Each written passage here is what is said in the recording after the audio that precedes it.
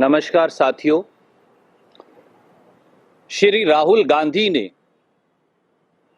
सबसे सार्थक आह्वान इस देश के लिए किया कि देश में मुद्दों की राजनीति होनी चाहिए, राजनीति का मुद्दा नहीं।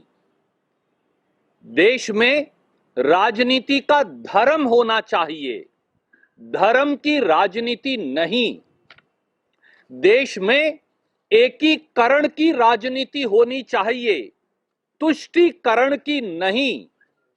देश में प्रेम की राजनीति होनी चाहिए, सद्भाव की राजनीति होनी चाहिए, नफरत और बंटवारे की नहीं। परंतु भारतीय जनता पार्टी ने इसमें भी उत्तर और दक्षिण के विभाजन का टूल किट जारी कर दिया। दोस्तों, इस देश के लोगों को राहुल गांधी जी के आह्वान पर, कांग्रेस के आह्वान पर विचार करने का समय आ गया है। देश के मुद्दे क्या हैं? देश का मुद्दा है कि 100 रुपया पेट्रोल और 90 रुपया डीजल क्यों बिक रहा है। देश का मुद्दा है कि चीन आज भी डेप्सांग प्लेन, गोगरा और हॉट स्प्रिंग्स में घुसपैठ करके क्यों बैठा है और मोदी सरकार चुप क्यों है। देश का मुद्दा यह है कि आम जनमानस महंगाई की मार से त्रस्त क्यों है। देश का मुद्दा यह है कि पेट्रोल और डीजल पर 6.5 साल में टैक्स लगाकर मोदी सरकार ने 21.5 लाख करोड़ तो कमा लिए, पर मध्यम वर्ग और किसान को राहत क्यों नहीं। देश का मुद्दा यह है कि लाखों किसान दिल्ली की सीमाओं पर बैठे हैं, 250 से अधिक किसान वीर गति को प्राप्त हो गए, मर गए, परंतु दिल्ली की सरकार पसीजती क्यों नहीं। देश का मुद्दा यह है कि जीडीपी जो है वो नोज डाइव यानी औंधे मुंह क्यों गिर रही है और देश की अर्थव्यवस्था क्यों पिट रही है। देश का मुद्दा यह है कि स्टाफ सिलेक्शन कमीशन में 14,000 पदों के लिए 1,30,00,000 लोग रोजगार के लिए आवेदन क्यों करते हैं।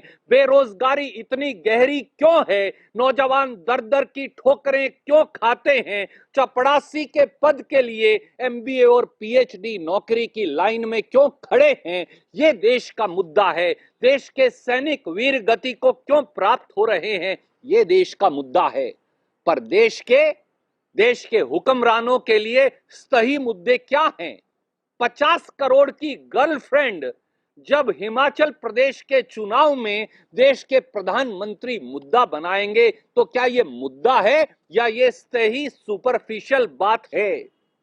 जब देश के प्रधानमंत्री हमारे वीर गति को प्राप्त सैनिकों की चुनाव में फोटो लगाकर उनकी वीर गति के आधार पर वोट मांगेंगे तो क्या ये देश का मुद्दा हो सकता है? हम ये देश के ऊपर छोड़ते हैं। जब व्यापारियों के एक कार्यक्रम में मोदी जी ये कह देंगे कि सेना का साहस तो कुछ नहीं, व्यापारियों का साहस सेना से भी बड़ा है। जब देश के गृह मंत्री अमित शाह ये महात्मा गांधी को भी चतुर बनिया कह देंगे तो ये क्या सही मुद्दा है या देश का मुद्दा है? जब देश के प्रधानमंत्री 15-15 लाख का वादा कर देंगे और देश के गृह मंत्री उसे जुमला बता देंगे तो क्या यह सही मुद्दा है या गंभीर मुद्दा है? जब देश के प्रधानमंत्री देश के पूर्व प्रधानमंत्री को बाथरूम में झांक कर देखने जैसी ऐसी बात करेंगे जिन्हें कहने में शर्म आता है।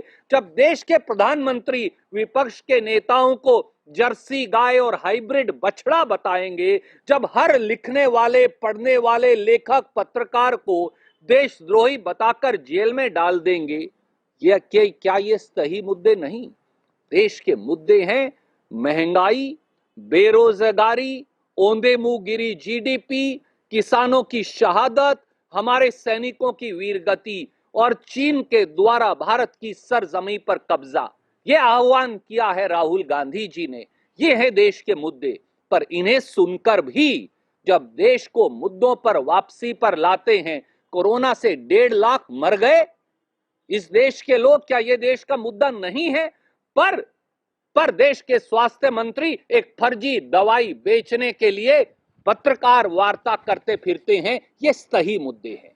इसलिए इस देश में गंभीर मुद्दों को वापस लाने की जरूरत है। इसे भी उत्तर और दक्षिण में बांटकर इस देश का अपमान मत करिए, ये हमारा विनम्र निवेदन है। और इस देश को आह्वान भी है कि आइए दोबारा राजनीति में मुद्दों पर बात हो। संविधान पर अगर हमला होगा तो यह देश का मुद्दा है, अगर आपके अधिकार छीने जाएंगे तो यह देश का मुद्दा है और इन पर चर्चा अवश्य होगी। Friends, former Congress President and our leader, Shri Rahul Gandhi, has given a clarion call to people of India to question the governments of the day, whether in the states or in the center, on issues paramount to people, and to ignore the superficial toolkit story being sold by the Bharatiya Janata Party day in, day out. What are the important issues before the country and its people today? It's an issue that the GDP is nosediving and all the small and medium businesses are virtually in ruin and in shambles. It's an issue in this country, and it should be, that constitution is under attack and people are under attack by their own government at the center and in many states ruled by BJP today. It's an issue that people of India have lost the right to dissent, right to speak, right to express, right to tweet, right to even write on Facebook or on other social media platforms, or to express their opinion, for they will be branded as anti-nationals. It is an issue that lakhs and lakhs of farmers are sitting on Delhi's borders, yet an intemperate, insensitive government refuses to listen to their cry and yearning for justice. Even 250 farmers have died, but the government refuses to listen. It's an issue that there is rampant unemployment ranging between 7 to 9% in the country, an unprecedented figure, that for 14,000 posts in Staff Selection Commission, 1 crore 30 lakh youth apply, that for a post of peon, MBA and PhD apply, and yet they don't get jobs.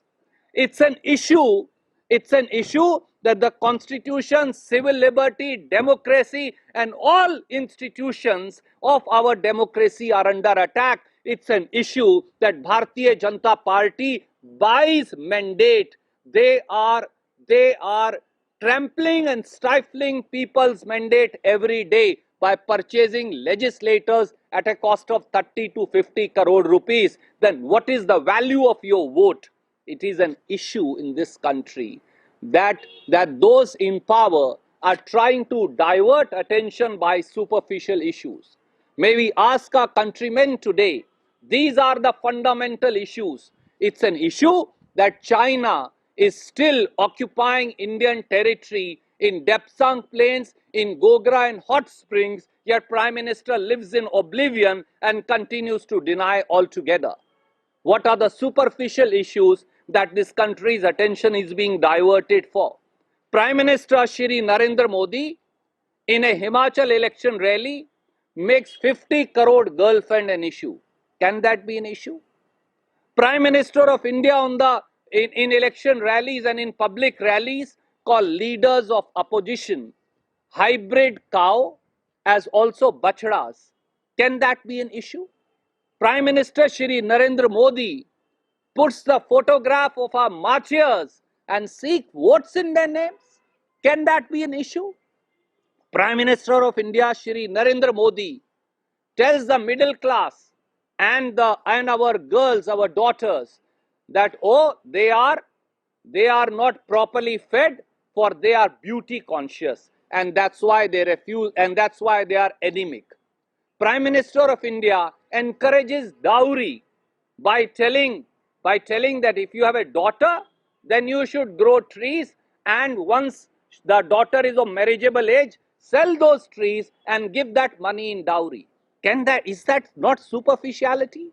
Is this not superficiality that the Home Minister of India, Shri Amit Shah, calls Mahatma Gandhi, the father of the nation, a Chatur Baniya? Are Shamshan, Pakistan and Kabristan the politics of this country? Or are we talking about politics of fundamental issues and development? That's a fundamental issue that Shri Rahul Gandhi has raised. It's an issue that 1,50,000 people have died of corona. Yet the health minister of the country tries to sell a coronil medicine which is uncertified by WHO, and IMA has to come forward to condemn the health minister. It's an issue that the farmers' agitation is going on, yet government permits a select band of its people to come up to the Red Fort, and there is gross intelligence failure, and yet the Home Minister does not resign. These are the issues that Rahul Gandhi ji wants to bring back to the table. The North-South divide is a toolkit being adopted and sold by the BJP to the news channels and to the public. Let us all rise up and ensure that governments of the day answer on issues and not on superficiality that they are trying to divert our attention to. Any questions, you're welcome to.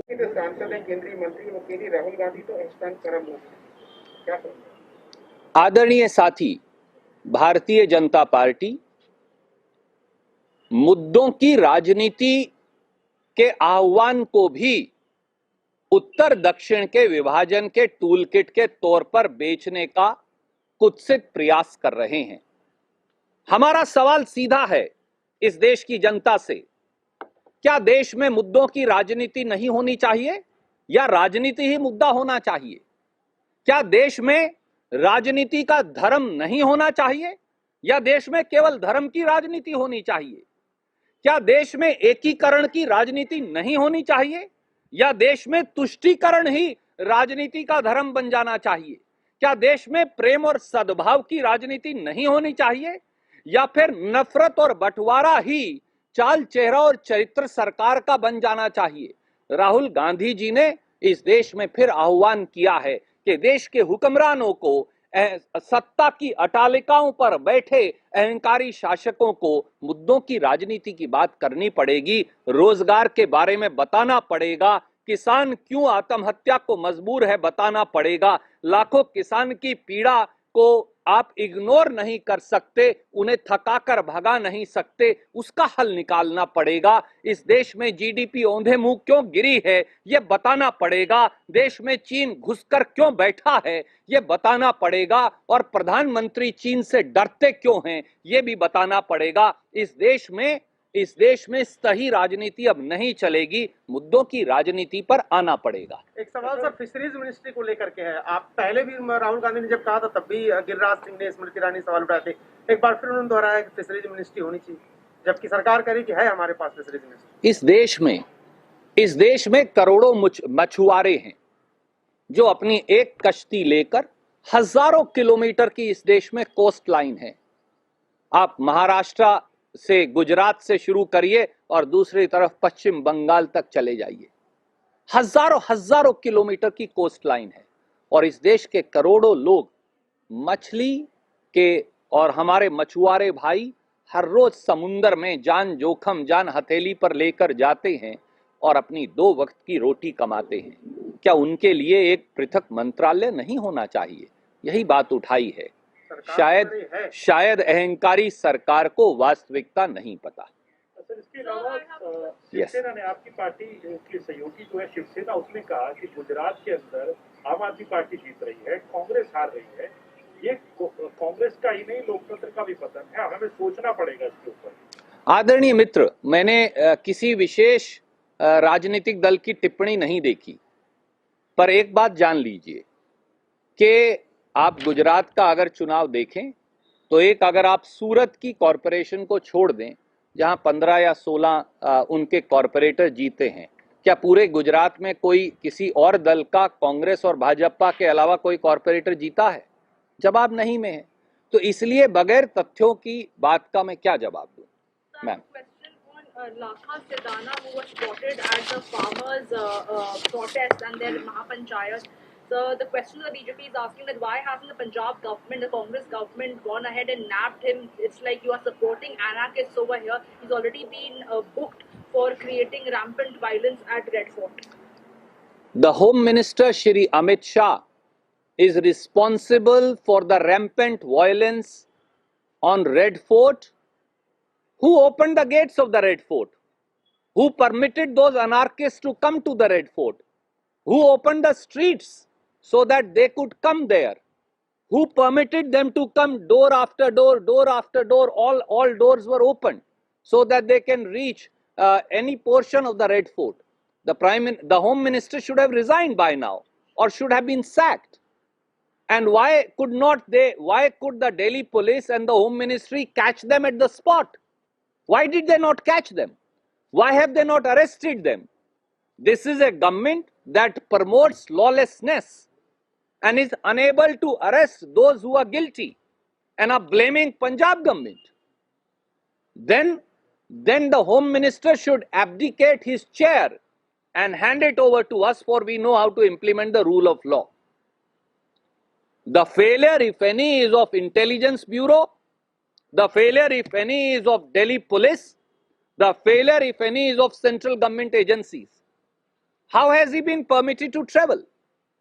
Why could the Delhi police not arrest him there? Were they not monitoring that he had given a call?